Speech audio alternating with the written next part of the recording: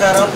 రంజాన్ రోజు చిత్తూరు పట్టణంలో ఎక్కడైతే మసీదుల్లో నమాజ్ చదువుతున్నారో వారందరికీ కూడా రంజాన్ శుభాకాంక్షలు తెలియజేయడానికి మా తెలుగుదేశం పార్టీ మైనారిటీ కమిటీతో పాటు మిరింపేటలో హజ్ స్థలానికి వచ్చేయడం జరిగింది. అక్కడ కొన్ని అనివార్య కారణాలతో వైఎస్ఆర్ పార్టీకి సంబంధించిన నాయకులు కొందరు హడావిడి చేస్తూ వాళ్ళు ఫస్ట్ అక్కడికి వెళ్ళి వాళ్ళు మాట్లాడిన తర్వాత మైక్ ని తీసుకుని వెళ్ళిపోవడం మీరందరూ చూశారు.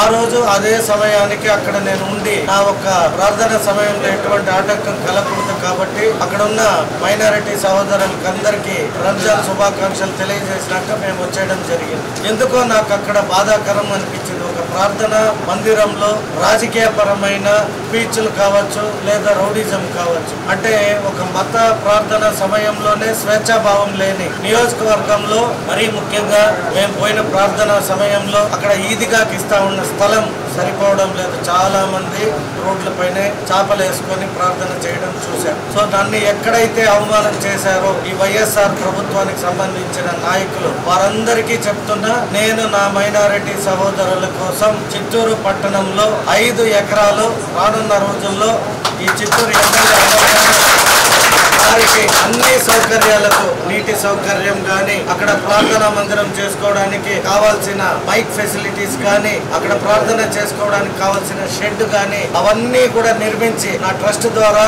రేపు నా ప్రభుత్వం వస్తే ఎక్కడ అనుకూలత ఉంటే అక్కడ 5 ఎకరాలు కేటాయించడానికి నేను నిర్ణయం తీసుకున్నా.